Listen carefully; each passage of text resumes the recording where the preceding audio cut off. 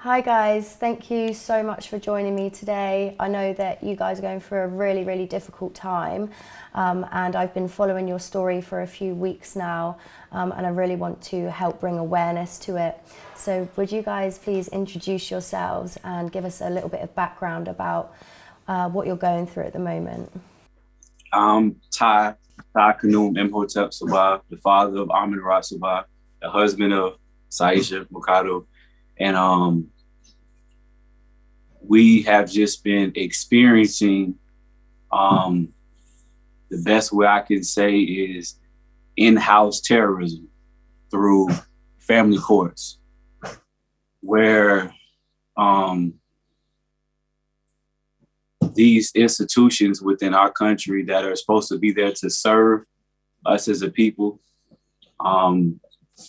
where we went into Johns Hopkins All Children's Hospital for a simple service of my wife transitioning our son from extended breastfeeding to consuming more fluids, because any mothers out there that know about babies transitioning, everybody has their own story.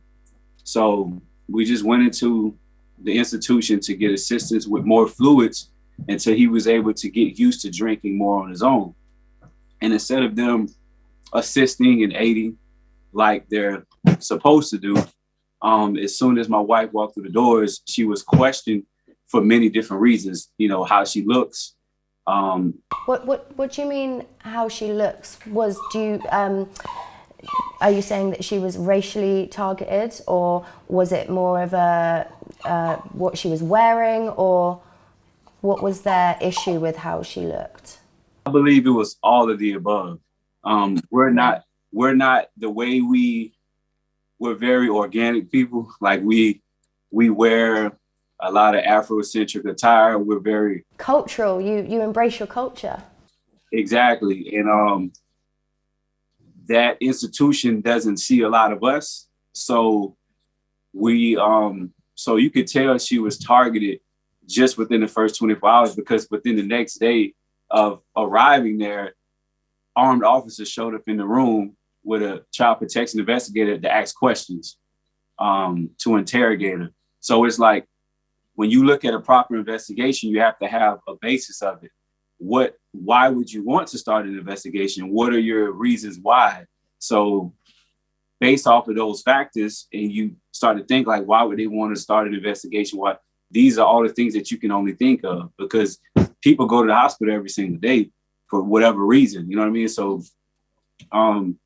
once they started the investigation, the type of questioning that they continue to ask over the stay of about 2.5 weeks, almost 3 weeks that Saisha, my wife, was in the hospital with our son, none of the questioning had anything to do with our child. Majority of the question was about lifestyle. Questioning like my wife has been on tours and done Broadway and these different things. And when she would communicate about that and then transitioning to more being an everyday life, like being a mom now, they would document that as weird. Like she's getting used to being normal or something like that. They would take any little questioning and try to manipulate it. They basically said that my lifestyle was chaotic. And I said, I wouldn't describe going on tour as For work. chaotic. Yeah, for work. I wouldn't describe being on Broadway and, being on tour and staying in hotels and Airbnbs as chaotic. It's, I was trained to do that. And it's just a part of my lifestyle. And maybe you haven't had the same experience as me, but for me, that is not a chaotic lifestyle, and I'm no longer doing that anymore. Well, there are plenty of people that travel regularly for work. So and it's not and have children and bring their children with them, or have family where they have a schedule. So it was like my past was being interpreted and documented a certain way. My present was being interpreted and documented a certain way. So there was a lot of misinformation, misquotes, and just a lack of understanding and understanding about how we live and our lifestyle. And it was just a lot of discrimination and judgment about our lifestyle, which in their eyes reflected poorly on how they felt we should be parenting. And it was just utterly, it was just unacceptable, the assumptions. Okay. Yeah, it was like our situation wasn't like a event that happened in like 5 minutes. This was like something that happened over weeks. And yeah, we're talking about like when as soon as I go into the hospital, there's like February 25th to March 11th. Yeah, there's multiple medical staff members coming in and out of the room, from OT to PT to just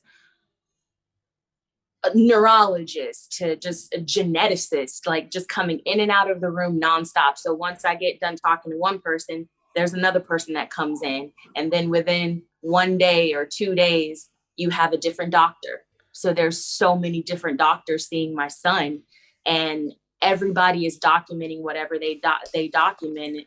But So there was nothing actually wrong with your son. You were just there to help you wean. Exactly. But they made it seem that there was something wrong with him and there was a problem. So the biggest thing we went into the hospital for was to get extra fluids for him. Mm-hmm. And within days, he was drinking on his own, which was what we were doing at home, weaning him. It was the weaning process. Right. Once we officially weaned our son, they did not let us go. They held us in the hospital. They held us hostage, basically. And then they were giving all types of excuses of why they were holding us. Basically, they were trying to create a false narrative of us being, resistant and non-complying so that they could put on paper that our son was at imminent risk for death because he needed a B12 shot. And they falsely accused us of refusing this B12 shot. I give remove us. I give you a storyline of how we led up to the B12. Okay. So just remember, for anybody that tunes this, there's nothing that's ever been wrong with our son or currently nothing is wrong with our child. They even, from the basis of us coming in the beginning, they put things like they diagnosed with our son. They actually put on his health records that diagnosed him with vegan diet. So they even took our lifestyle, and our son is only one. Mm-hmm. Us as vegans, and if anybody that's familiar with some of the biases towards vegans, they assume that all vegans are B12 deficient. You know what I mean? It's just an assumption that people have that just are ignorant to how veganism works. So based off of that, but they were doing all this blood work and doing all these tests on our son. They put things on his health records that are like insinuations or possibilities, but nothing that's a fact based. So they keep testing him, keep doing blood work, keep checking his vitals. But then as time goes on, our son is like, the whole time he's in the hospital, he's playing, he's normal, he's acting like a baby. And so we're like, okay, y'all are keeping us here longer, you're observing him, but when are we gonna talk about discharging so we can go on about our lives? How long were you there before they let you leave? Well, they didn't let us leave. They charged us with trespassing and kicked us out the hospital. And that's where we're gonna lead up to everything that transpired. Right. So February 25th is when my wife and our son arrived. February 25th. And, February has early, the 28 days. Yeah. So going into, I say about March 2nd or 3rd, they could have released them and everything was fine because she got him to drink on his own. There was no issues. They could have just discharged us. They could have done some outpatient care where they followed up and checked on him, right? Mm-hmm. They didn't want to do that. They kept creating reasons to want to keep him, like, we want to check his weight. We want him to gain X amount of grams per day. They just kept creating reasons. And then all the way up until March 8th, which now you're looking at about 2 weeks of being in there. Now they start to bring up this B12. Now, if anybody knows anything about B12, in order to be extremely B12 deficient, it takes a very long time to do that. You know what I mean? Months and sometimes years. So when they brought up, they mentioned it, but it was nothing where it was like he needs a B12 shot or he's gonna like die or something like that.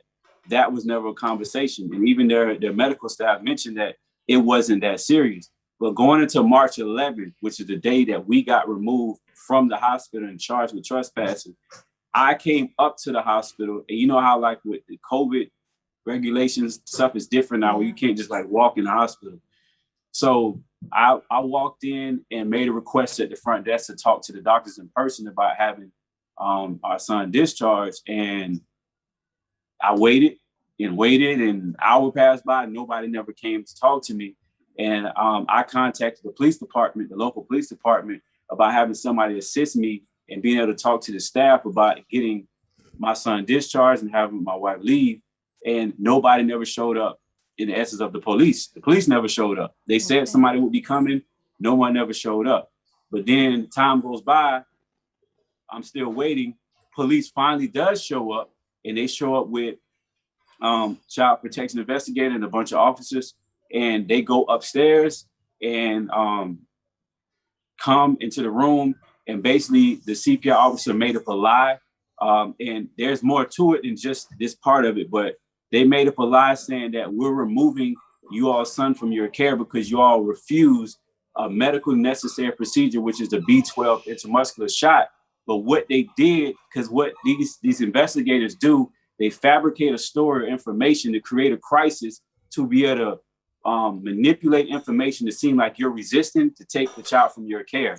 So they came to the room at 10 a.m. March 11th that morning and said to my wife, like, you have 2 hours to make a decision on this B12 shot. So we like, what? And when they said you have 2 hours to make a decision, they gave me two options of how I wanted to administer B12, the B12 to our son. So they again were like, not being completely transparent and honest. So they tell me you have 2 hours, Saisha, to decide on these two options, to do an intramuscular shot immediately, and then following for the next 3 weeks, do 3 more intramuscular shots. Or we can do an intramuscular shot today and do 3 oral supplementations for your son for B12. Okay. And I said, okay. They came back to the room and they said, we need a decision. Ty was literally on his way. And I said, okay, he's coming. Just give me a second so that, we all can speak together about the options for the B12 supplementation with the nutritionist and the medical staff. And I want to add this while you're explaining. Our son was already receiving B12 through his formula and his daily multivitamin that came from my house. So just so people can be aware that he was already receiving adequate B12 and it's documented in the medical record. I just want to implement that while you explain the whole. So instead of giving us 48 hours to literally talk to the medical staff and to talk to the nutritionist about our options for B12, they gave me 2 hours on the 11th, the same day that they banned me. So they came into the room and they said, we're going to document this as a medical delay. This will be notated. They left. I'm calling the nutritionist. I'm calling the doctors. I'm trying to see, I'm like, my husband's on his way. And then once he got there, I'm like, okay, my husband's downstairs. Like, can we talk about, this? And so they took something so simple and it got spiraled out of control. It literally was out of control. Like, you give someone 2 hours to decide on something. You don't talk about it with them. And then you use the terminology on paper, not verbally in person, face to face, but on paper. The reason he was able to be taken away is because they got a court order and 2 doctors signed off on a document stating that our son was at imminent risk for death if he did not receive the B12. But at no time during our hospital stay, from when the B12 medical lab work came in, that they stated that this child is at imminent risk for death. They never said this to us. But later on, weeks later, we find out in this documentation that this is what they wrote on a piece of paper to remove him from our care. They stack up. This stuff is planned. We've talked to investigators and all different parties that, of how they can fabricate information to stack up paperwork to set up a removal. So there's a statue we're in Florida in the US, and they have Florida statutes, and they have procedures of how they can remove children under a certain title. And in medical institutions, if they can create an emergency, they can basically remove a child from the parents through creating an emergency. So they have trainings on how to literally stack up information on parents to create a crisis. And then it's up to, after this injustice happens to a family, you have to like basically get lawyers and fight back, because if you don't, they have all this fabricated documentation that people are seeing as facts, and you have to basically do your own investigation and present your own truth to fight back something that they're doing intentionally to bring more children in the foster care system here in America. In America, it's 400,000 children in the foster care system. And I truly believe as a parent, it's not that many bad parents. They just have created this pipeline with hospitals and child abuse medical doctors basically just stacking up false information. Do you know if in America, if they have targets and they get paid? Because I know that here that they get paid per child that they take. They do. They get a big stack of money the day that they take the child. Yeah, they do. And they also make money. When you're talking about being in a hospital setting, they make more money the more procedures and medication that they can give and administer to your child. Yeah. So as soon as we got in there and they saw that we were transitioning him and we were doing the weaning process, they immediately start talking about a G-tube. A G-tube, putting a tube in our child. We're like, you don't need a tube. And he absolutely did not need a G-tube. It was a natural process that happened in the hospital. And like we said, they could have let us go. But yeah, it's and also there's a MD who's infamous in this area, in the St. Petersburg, Florida area. And her name is Sally Smith. Okay. And she saw our son for about 5 minutes and was able to write this 9-page report where it's a ton of misquotes, misinformation, and just false reporting. But and because they have a certain level of, responsibility, and people, look to doctors like people that are there to help people. So if a doctor was to write down a list of things, it would be, people would generally take the doctor's word for it. How many people would you say that were involved in the removal of your son? It's a whole team of them. A whole team, a whole medical staff of persons. Sally Smith. Sally Smith was the biggest one. She was the child abuse MD, and now there's a thing. It started back, maybe it was 2007 or 2010, maybe 2010, where there's this new thing that they have child abuse doctors that work hand in hand with CPS. They have a CPS department in a lot of these all children's hospitals.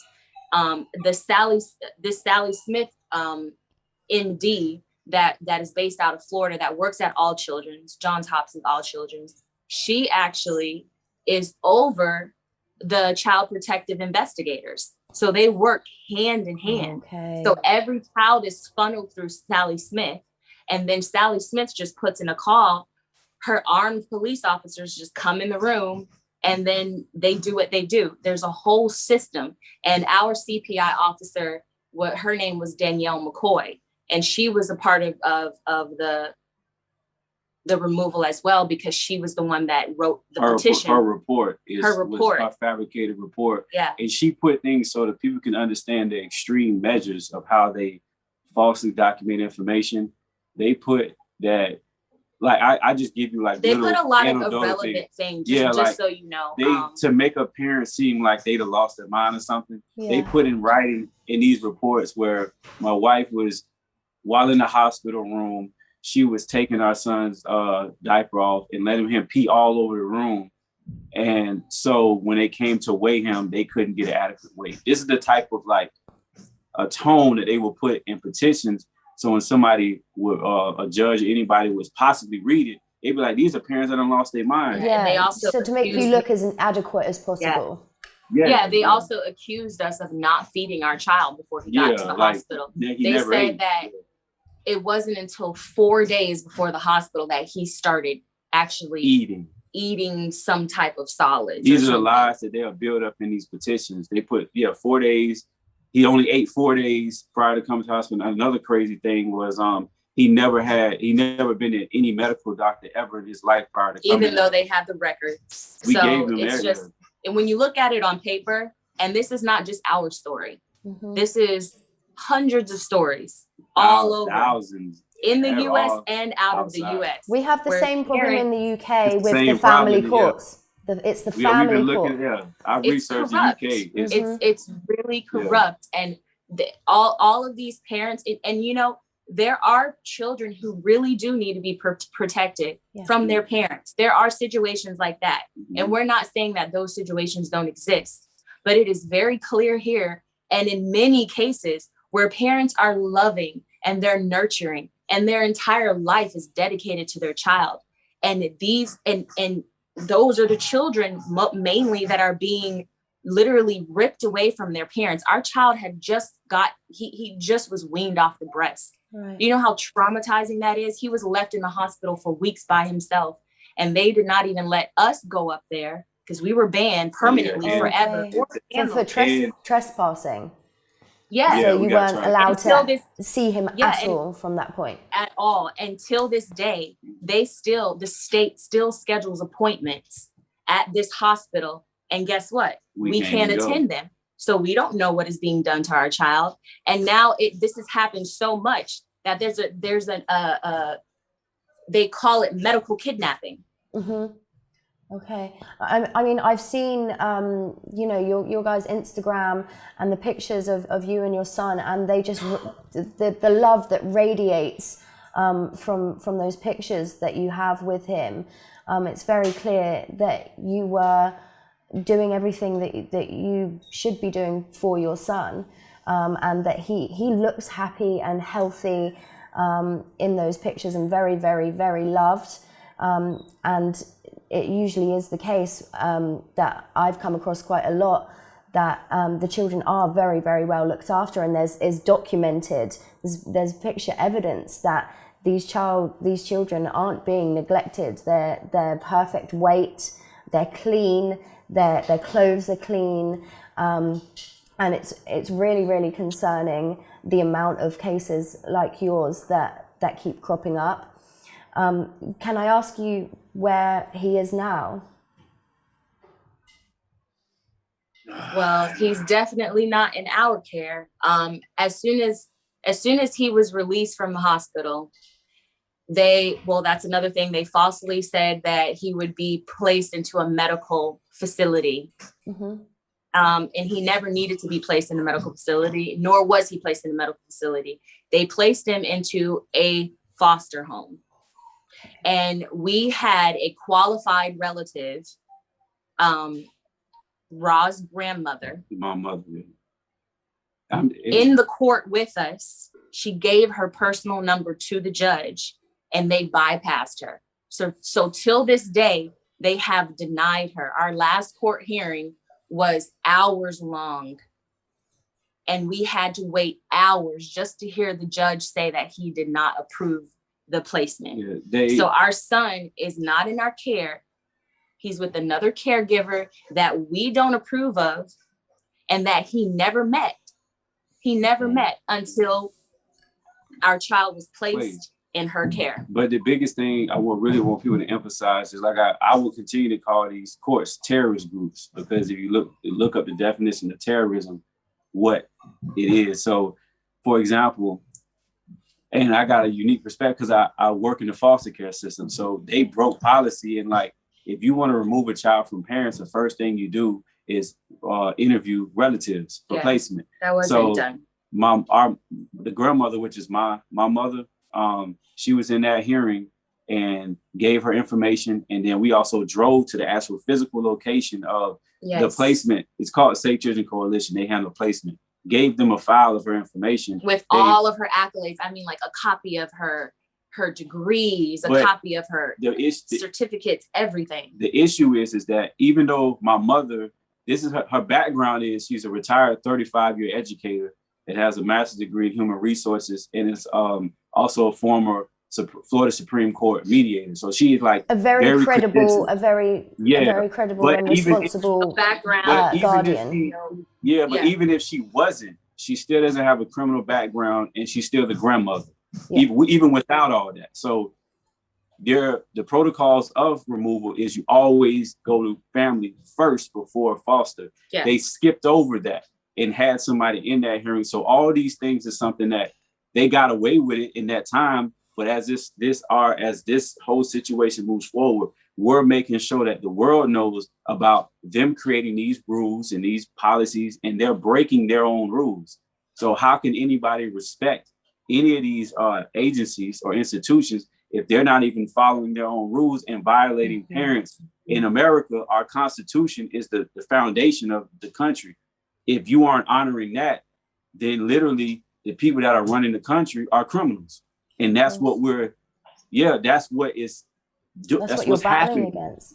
And how many times have you seen the inside of the courtroom for this case? Oh man, a lot. I haven't. I stopped counting. Yeah, all about placement. But it was. We've been in court many times, and our next court hearing is actually our trial, and that's all the way in November. Okay. It's all the way We'll in get November. them back much sooner than that. That's what that trial date is, but we're gonna get them back way sooner than that. Yeah, we're doing everything possible to like get him back sooner than that. And we've spent a lot of money just trying every placement. Every hearing has been about placement, trying to get our son with my mother until this is figured out. And the judge denied the placement with my mother, and the agency that handles placement. Their reasoning is that they say that we have too much of a close relationship with my mother. Their exact words were, we're too aligned. Yeah, and we'll have too much access. We'll have too much access to our son. So they're treating us like criminals. Okay. And I saw on your Instagram that Ra was actually placed with a white family, which of course there's nothing wrong with that. However, it's completely depriving him of his culture, which you guys so strongly embrace. And you're very, very proud of your culture. And you're, like you said, you're very organic with it and you really embrace it. So it's depriving him of that.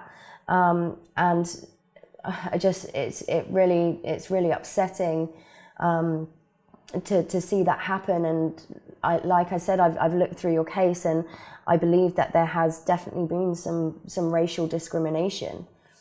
How does it make you feel to have him placed with somebody that you don't know at all and somebody that doesn't know your culture? I think I'll let you I'll speak from the mother's perspective, and then you can speak from the father's perspective. As a mother, I'm a first-time mom, so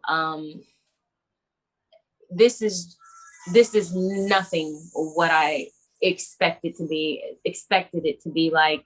I feel like I'm literally mourning the loss of my child, but he's still here, if that makes sense.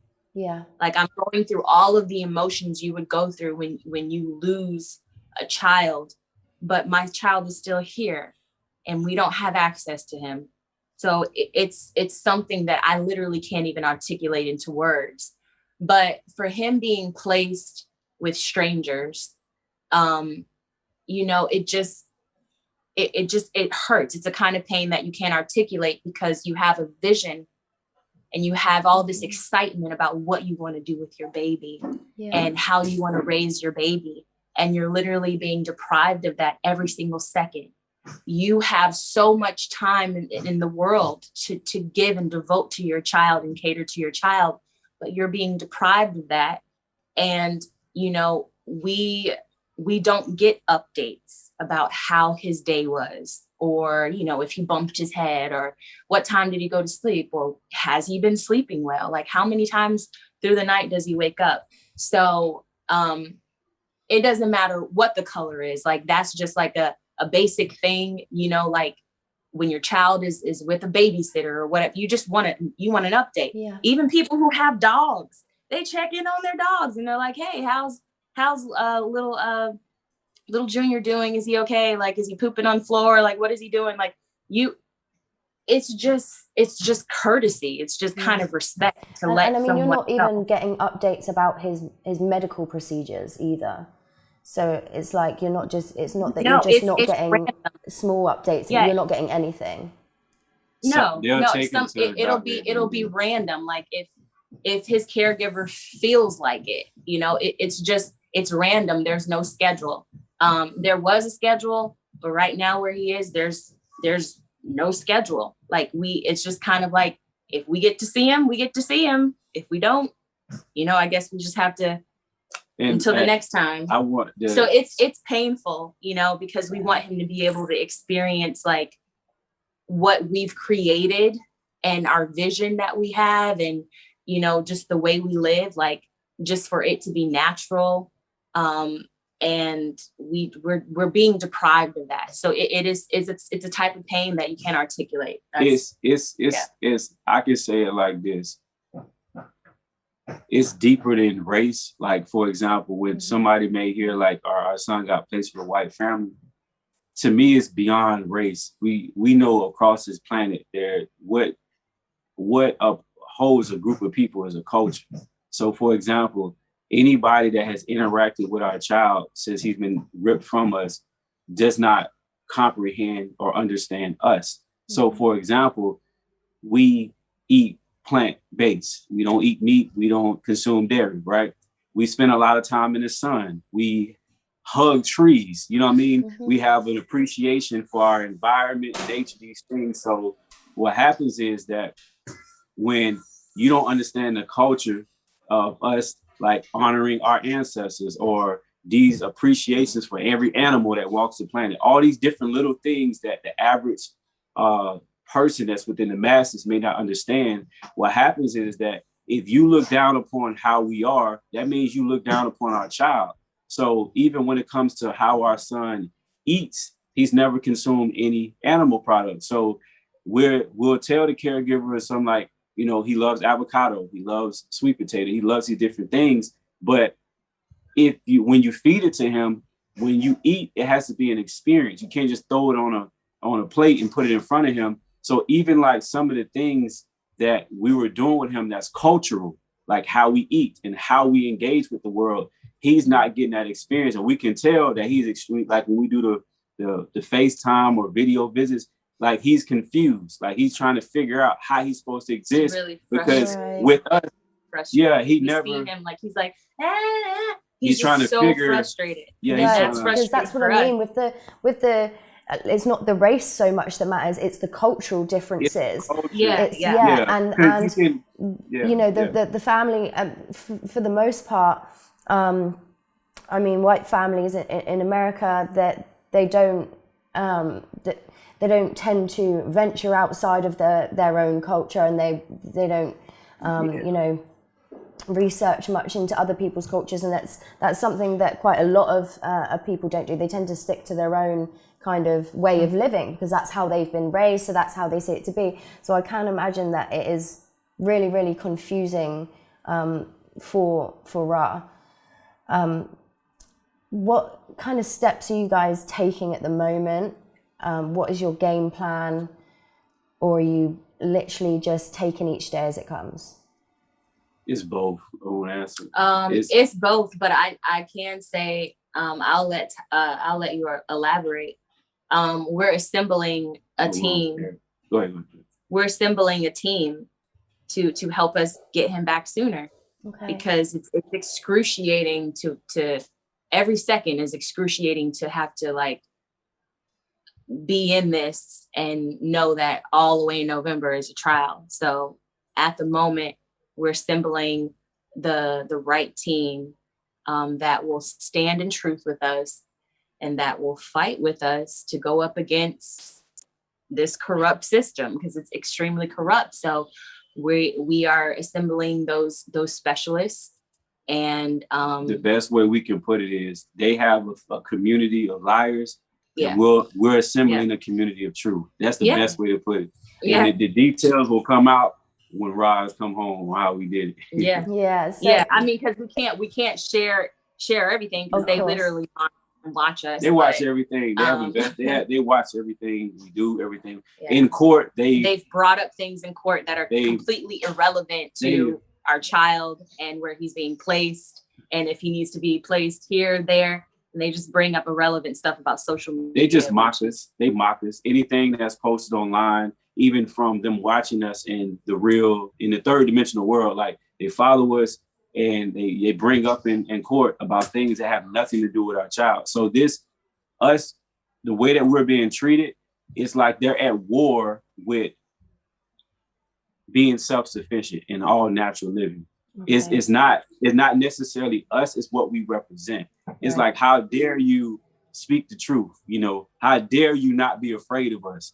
How dare you these things that of how live your life the way that you want to live it instead of how you've been told to. Yeah. That's kind of how I see these cases. It's like the child gets removed because most of the cases we learned with medical neglect is like it's not abuse, it's neglect. And neglect that umbrella is so broad. Like neglect could be literally you letting your child go outside barefoot and someone's like, that don't look right. You know, your but child. To you, your child is just grounding in nature. Yes. Or let me tell you something else that's crazy. You know, in the beginning in our visits, what we would do was let Raw sunbathe, basically, because we know that vitamin D is a hormone within your skin. Once you go outside, it becomes activated and you get the nutrients that you need from the sun. Most of us are not getting enough vitamin D. Why? Because we're not outside a lot. So we know that Raw is not outside a lot. So whenever we get a chance for him to get as much vitamin D, to absorb as much vitamin D, we take off his shirt so he can just like kind of get some sun. So we're visiting with him and his shirt is off. And you see babies all the time with a little diaper and shirt off, and they're just playing and having fun outside with their family. So they mentioned in court, well, if the mother would stop, you know, undressing the child, maybe you can have more time with the child. It was just something unnecessary. Children generally undress themselves. My goddaughters, for example, when I go see my godchildren, I literally walk in and I'm like, do you guys ever have clothes on? And they've got dressed in the morning and they've just taken them off because they just like to be free. And you know, that's just children. I was like that as a baby. And most babies are like that. They naturally do that. They're trying to take off their diaper. They're trying to take off all this stuff that feels restricting to them. That's natural. So when we're outside, what we used to do was just, you know, let him get as much exposure to the sun as possible, bare skin. And so they look at that and they demonize it. And they look at that and they judge us like we're kind of cuckoo, you know, like we're crazy. And it's just like, no, we just let him get some sunshine. Like, you know what I mean? So like literally just picking the most ridiculous things they could to use anything as a weapon against you. Yeah. Wow. Okay. So how could we help you? Anybody that's watching this today that has felt touched by your story and wants to help, please tell us how we can help you moving forward. Speaking as for every man that walks the planet, it's our instinctive duty to protect, right? And these systems that are put in place is taking away our ability to do what's natural for us. So as a father and as a protector, and how my wife is looking to me like, if something don't feel right, what are you going to do about it? If anybody wants to do something, have empathy towards what we're going through. Put yourselves in our shoes and understand that this can happen to you. Nobody is exempt from these people coming after you. The Child Protective Services, they have different names all over the planet, and federal governments pay local agencies to seek and take children, your children. These aren't just somewhere else. They're paying, and your child can be taken not just in hospitals, but in the schools, any state, any like government funded facility. Somebody can call and make an accusation towards you, and they can come and remove your children, and then you got to fight to get them back. So the way you can help us is to empathize and start working together as a people, as a community, wherever you at. If everybody can start doing this all over the world, just start doing this, it's a trickle down effect. If each community is strong, then a strong community can help another strong community.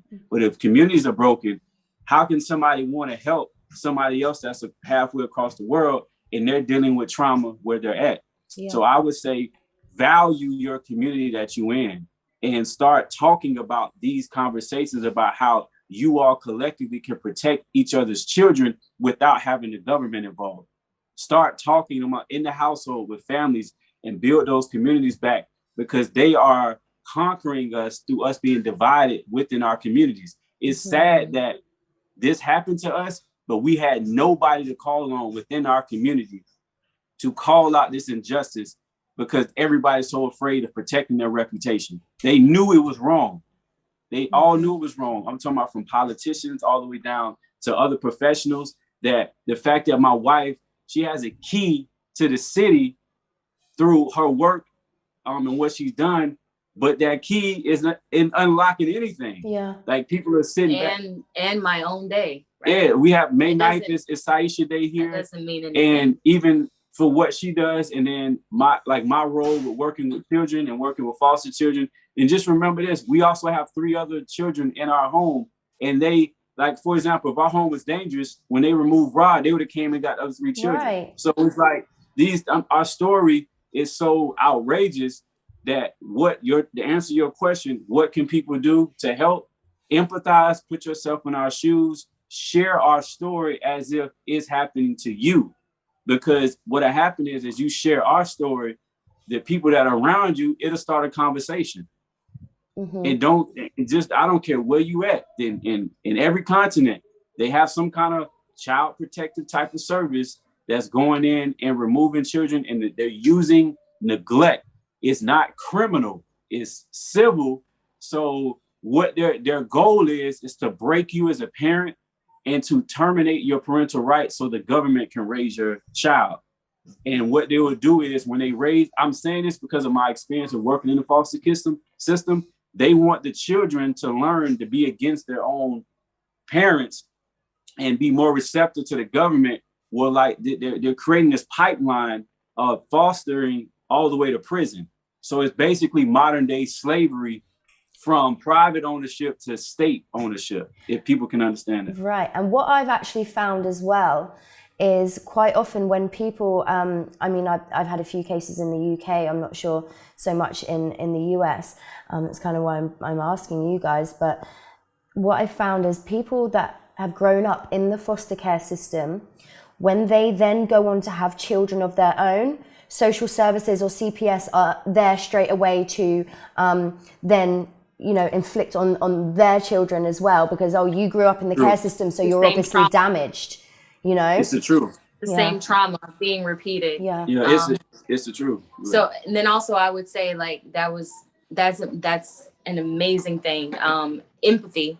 Empathy brings up the conversation and the willingness to help in whatever way you feel in your heart. The other thing would be, we have a GoFundMe page. We share our experience about what has happened to us on that page. We also do some updates, and we're about to do an update on that page soon about we kind of just do as many updates as we can on the GoFundMe page. And then also it's just to help to assemble that team that I was talking about earlier, and also to pay for the legal fees, because we all know that they have a very clear system of how things operate, and it's money driven. So with it being money driven, we have to pay all these fees. So that GoFundMe is just to support. Get your own child back. Exactly. It's so unfortunate. We'll post that link in the description below, so everybody can go and support you guys that way as well. We appreciate that. And that what you brought up about the kids growing up in a foster, and then everything that all governments do to document. I had a situation where a guy knew he got out of prison, and I was helping him out, and he was volunteering at my shop that I own, and he was doing well, and he was in foster as a kid, and I went into court to testify for him about how well he was doing. And they literally, this guy was 38 years old, and they brought up information about him going back, him being in a foster home, and relating it to, you know, something of like 25 years later. So it's a fact on how they create a prerequisite of documenting being in a foster. So when you do become a parent one day, it gives them a legal, so-called legal, reasoning to question you as a parent, like because of your background. Yeah, like you have some type of problem and dysfunction, and really they've created it though. They created the problem. They've created it. So they like we didn't ask for our son through abuse or neglect, through the foster care system. Yeah, and then then it's a never-ending cycle. Then it gives them they're creating their rights, right, to say this is why we need to intervene in your family affairs because this is your background. And when you go in front of a judge, you got to remember they all work together. The judge would be like, "Oh, okay, that's that. Look at your background. This is why they're intervening." They're all working together. You know, at the end of the day, all courts, it's all money driven. So we want to have justice in our courtrooms. But we listening to a podcast of a judge here in America, and he basically stated just in America, 97% of the people that are in prison in America went to prison based off of a deal or pleading guilty, no trial.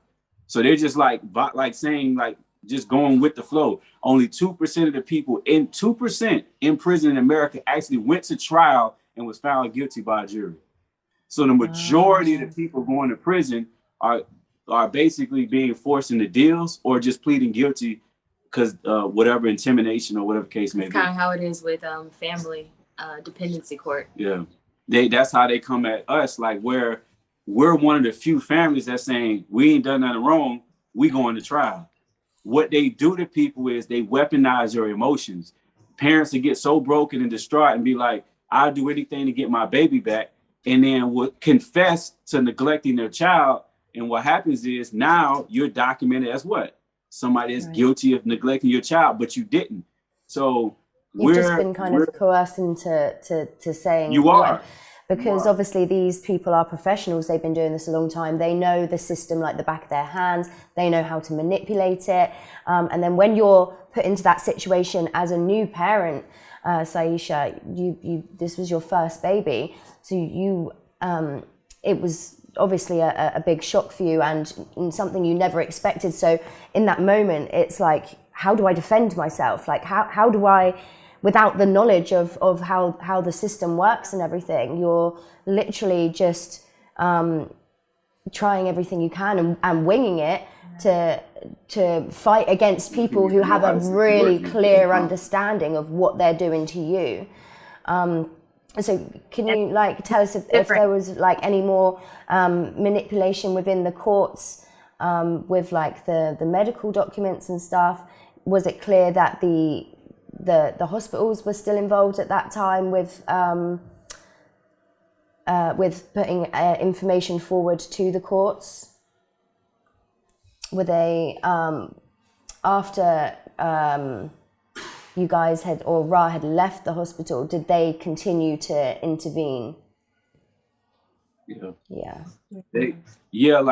asked him basically after we were kicked out the hospital, the hospital's involvement. The hospital submitted a motion to the judge because they had to get permission to give that B12 shots to our son. So the hospital continued with the narrative of this whole life or death thing. But just so the world knows, we got footage of our son in the hospital, happy, being a normal child. He was never at what they put on paper, imminent risk for death. And then I also want to mention this about the hospital.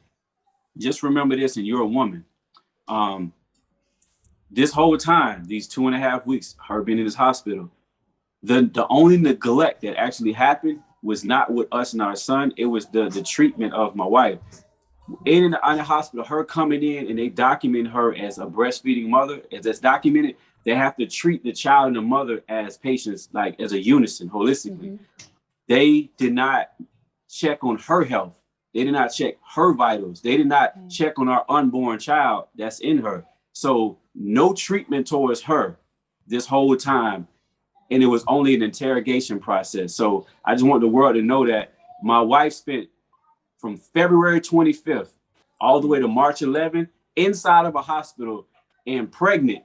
And all she did is get interrogated. Let me pull some blood work to see if like you're okay. Let's check on this unborn child. None of this happened. So the only neglect that happened was Johns Hopkins All Children Hospital and their treatment towards my wife. That's the only neglect that actually happened. But see, I didn't even have an expectation of that. I'm just all I could literally think of was when I was there was just like our son, our son, our son, our son. Mm-hmm. And just to kind of to add to what you were saying a few minutes ago, about being a first-time mom and that experience and just navigating the system, you know, it's different. It's different when CPS shows up at your door, at your home, without a warrant or without a court order. But when they show up in the hospital, armed police officers show up and not just one, but a bunch of them inside your room and outside of your room. They show up, and that's something you've never seen before. You've never experienced before. And they're literally threatening you, saying, if you don't sign.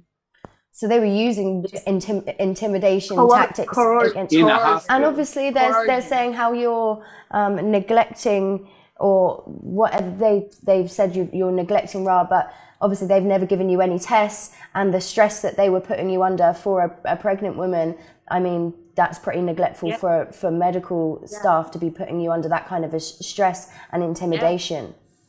They accused me of not feeding him. It was so bad to the point where they had people monitor me in the hospital room feeding Ra. Right. They had people sit in the room watching me give him his full bottle for days. As soon as it was documented that Ra was drinking independently on his own, instead of releasing me and being like, oh, okay, well, this mom, she was able to do it by herself, that this is good. They kept me there and they monitored me just so they could have something. And they never got anything. They never got any dirt on us. So they had to come up with a lie. But yeah, it's completely different being in one of their institutions and CPS showing up. It's extremely intimidating. Yeah. And, you know, you're just like, oh my gosh, I don't know. For the most part, you were there alone, right? Yeah, but my husband was on the phone with me every single day, multiple times a day on the speakerphone, you know, like talking to doctors and all sorts of things, even though they documented that he wasn't involved. Yeah, they documented that it was hard to reach him, and they documented that he doesn't care about his son. And every day we were on the phone talking to the nurses and doctors, and they'll walk in and be like, hey, Dad, like we're talking an open line of communication. And we didn't live close by to that hospital, and we have 3 other children. And we also, you know, Ty was working with the foster. I'm at a group home. I have 3 other children and 5 teenage boys that are with me. So I can't just come up. But then when you actually did show up, when he actually did show up, the police showed up. So it's like they've been asking about him. And then when he actually does show up to talk, and you know, they have the police there ready to. Yeah, they want, it's a sad part because everybody that been following this know we have no criminal background, and they were digging so much to try to build something on us to take them that they just focus on the fabricated medical stuff. But even with them coming to ask questions to the father, nobody came to do like when an investigation where you interview all parties. Or when you come to the house, nobody came to our house. They didn't come to inspect the home.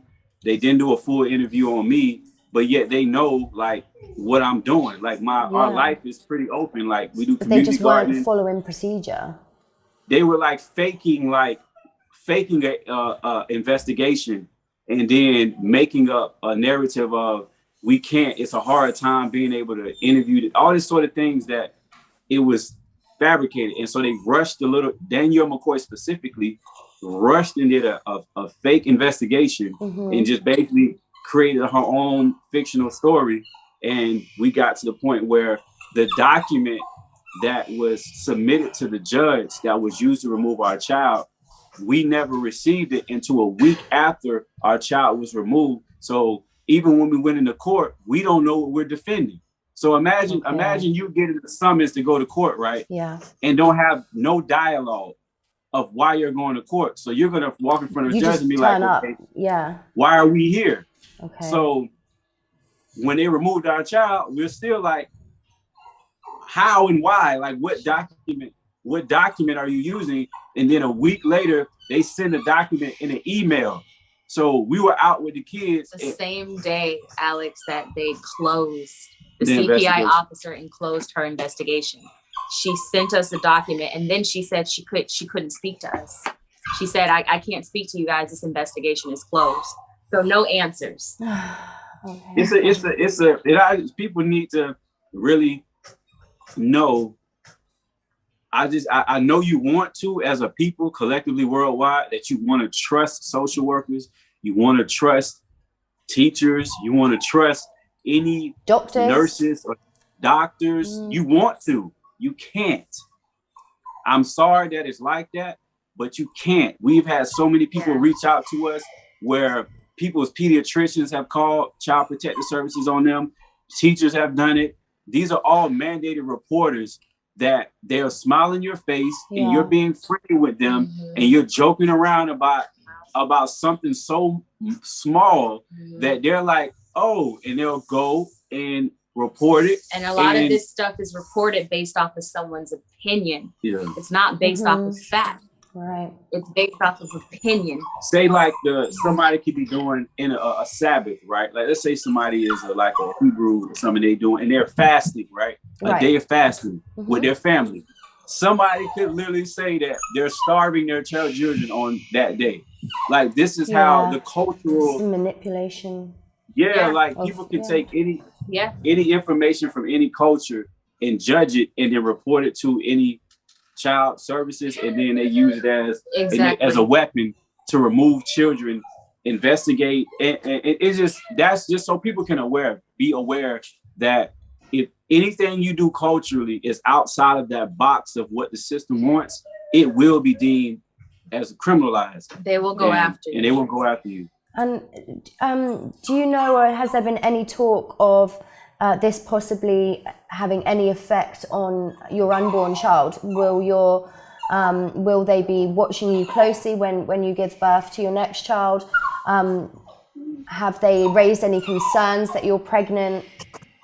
Terrorists. Yes. They're terrorists. They've made threats in court about an unborn child. In court, they have mentioned it several times. They tried to have a whole hearing about it, actually. And if it wasn't for our representation, we shut it down. We wouldn't have been able to shut that down. Just putting you through the anxiety and the stress of thinking, I'm gonna continue to carry this baby for the same thing to potentially happen and to be put through that again. What they're doing, it's awful, and I'm so sorry that you've had to endure this. And the publicly put it out there. There is no legal basis for them to even make that threat, because they use based off the so-called statutes and laws they have here. They was able to remove Ra because we were inside of an institution, so they couldn't have done that in our home. It would just been like. It would have been an accusation, and then they would have had to do a full investigation to prove that our child was in danger. So they utilized them. They created a statute of they can basically separate you in the institution. In the government-run facilities. Yeah, it's a government-run facility. So out in the free world, they would literally have to kick in a door and have proof that our newborn is in danger, like prove that the child is in danger. So that's something that if they try to do something like that, you literally are like, and the world will see it if they even try.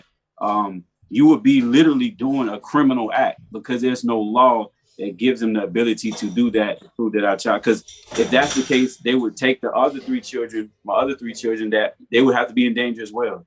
So, but just the fact that they put that thought and say these things is something that we have to have people empathize because it's bullying. Yeah, it's bullying tactics.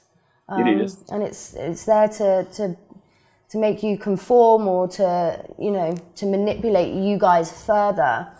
Like I said, I'm so sorry that you guys have had to endure this, and for what it's worth, I will do everything that I can to help get your story out, so that it not only helps other people that could potentially go through the same thing, but also to help you guys get Ra back to his safe and happy home. So if there's any note that you guys want to end on, a closing statement from you guys. I just want to say, when people see this and when people see us, I want everyone to know that, you know, don't feel sorry for us. Don't feel sad for us. Feel motivated. Feel inspired to take action wherever you are with whatever you have. Because this is beyond us. Mm-hmm. And we truly know that our family is equipped mentally, physically, and spiritually to go through this and not be broken by it. Yes. And right now we have no other option but to operate in that warrior spirit and that warrior mode for our son, so that he can see our strength and feel our strength. And every day our focus is, every second our focus is just taking the necessary steps and actions in order to be that change and to see that change. So now it's all about action. So if you want to help, if you want to assist, whatever you feel in your heart and your spirit, take those actions to do so. But there's no more tears here. It's all like, look, we've accepted what is, and we are literally being the change that is so necessary right now. Yeah, that was beautiful, Saisha. Thank you. Ty, Saisha, my prayers continue to be with you throughout this whole situation, this whole ordeal. And like I said, I will support you guys along the way. I hope you guys stay in touch, and I will literally do everything that I can to raise awareness around your situation. Thank you so much for joining me today, and I'm sending lots of love and lots of prayers for you and your family. Thank you. Thank you for having us. Thank you for your time. We appreciate you. You're welcome. Thank you. You're welcome.